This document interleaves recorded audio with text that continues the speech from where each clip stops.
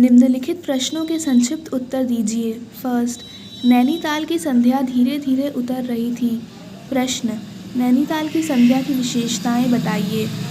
उत्तर, नैनीताल की संध्या की विशेषताएं यह हैं कि उस समय आकाश में भाप जैसे बादल थे जो रुई के रेशे की तरह लेखक और उनके मित्र के सिरों को छूकर बेरोक घूम रहे थे तथा हल्के प्रकाश और अंधियारी से रंग कर कभी वे नीले दिखते, कभी सफ़ेद और कभी अरुण पड़ जाते, जैसे कि वे उनके साथ खेलना चाह रहे हों। प्रश्न, लेखक अपने मित्र के साथ कहाँ बैठा था? वह वहाँ बैठा बैठा बोर क्यों हो रहा था और क्यों कुढ़ रहा था? लेखक अपने मित्र के साथ सड़क के किनारे बेंच पर बैठे थे। लेखक नैनीताल में निरुद्देश्य घूमते घूमते थक चुके थे, इसलिए वे 15 मिनट बाद होटल में विश्राम करना चाहते थे, परंतु उनके मित्र वहाँ कुछ देर और बैठकर पर्यावरण का आनंद उठाना चाहते थे, जिसके कारण वह बोर और कुढ़ हो रहे थे।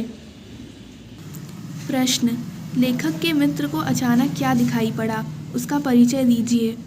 उत्तर, लेखक के मित्र को अचानक उस कोहरे की सफ़ेदी में कुछ ही हाथ दूर से एक काली सी मूर्ति उनकी तरफ आती हुई दिखाई दी। एक लड़का सिर के बड़े बड़े बाल खुजलाता चला आ रहा था। वह नंगे पैर, नंगे सिर और एक मैली सी कमीज़ पहने था।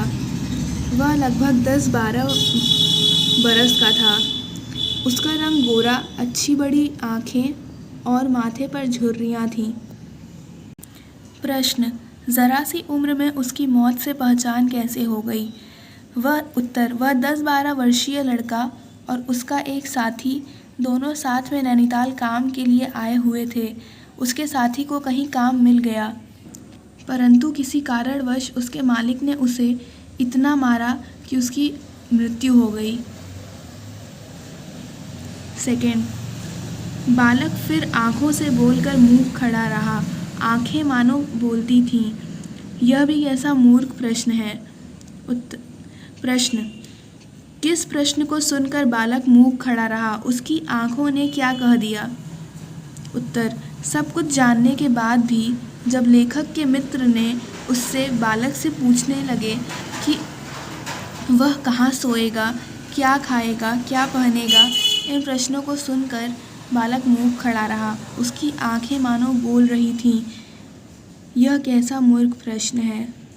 प्रश्न, अपने परिवार के बारे में बालक ने क्या बताया? उत्तर, अपने परिवार के बारे में बालक ने बताया कि उसके कई भाई बहन हैं। उसके माँ बाप भूखे रहते थे और माँ रोती भी थी। उसके माँ बाप नैनीताल से 15 कोस दूर गांव में रहते थे, अतः वहाँ काम न मिलने के कारण उन सबको रोटी भी नहीं मिल पाती थी।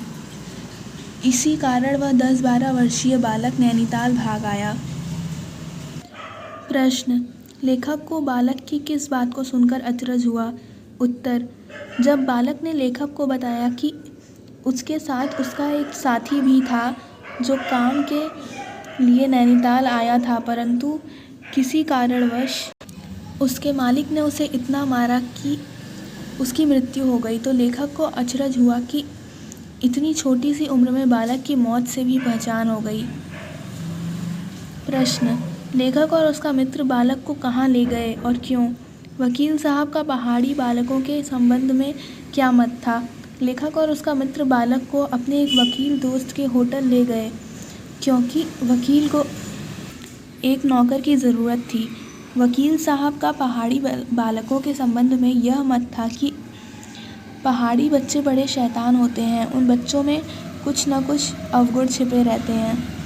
थर्ड, भयानक शीत थी, उसके पास बहुत कम कपड़े।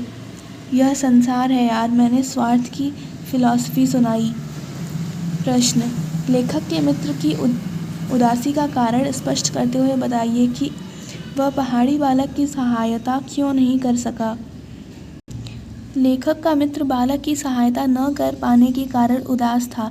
लेखक ने उस बच्चे को पैसे देकर, नौकरी देकर सहायता करनी चाहिए। लेखक के पास उस समय पैसे बहुत कम थे तथा सारी दुकानें बंद थीं। दूसरी परेशानी यह भी थी कि वे खुद भी बाहर थे। अगर बच्चे को पैसा दे देते तो उनका काम कैसे चलता। प्रश्न, यह संसार है यार वाक्य आजकल के मनुष्यों की किस प्रवृत्ति का द्योतक है।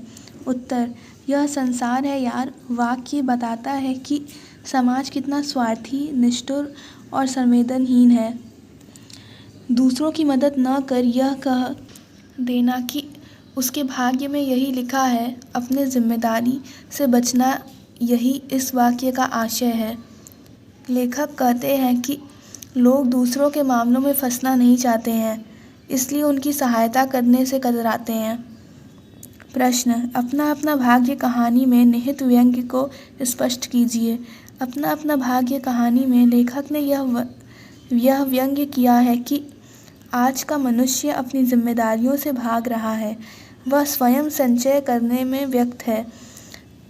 किसी ज़रूरतमंद की सहायता न कर यह कह देना कि उसके भाग्य में ही लिखा था, यह बात पूर्णतः गलत है, क्योंकि हम भाग्य से नहीं, भाग्य हमसे होती है। प्रश्न, अपना अपना भाग्य कहानी में निहित व्यंग्य को स्पष्ट कीजिए। अपना अपना भाग्य कहानी में लेखक ने यह व्यंग्य किया है कि आज का मनुष्य अपनी जिम्मेदारियों से भाग रहा है। वह स्वयं संचय करने में व्यक्त है। किसी ज़रूरतमंद की सहायता न कर यह कह देना कि उसके भाग्य में ही लिखा था, यह बात पूर्णतः गलत है, क्योंकि हम भाग्य से नहीं, भाग्य हमसे होती है। प्रश्न, अपना अपना भाग्य कहानी के शीर्षक की सार्थकता पर प्रकाश डालिए। कहानी का उद्देश्य आज के युग में व्याप्त सामाजिक विषमता, मनुष्यों की हृदयहीनता, संवेदन शून्यता का चित्रण करना है। इस कहानी में यह स्पष्ट होता है कि आजकल के लोगों में दयालुता तथा परोपकार जैसे गुणों का अभाव हो गया है। लोग दूसरों की सहायता करने से कतराते हैं और कह देते हैं कि उसके भाग्य में यही लिखा है। So guys, I hope it helps you.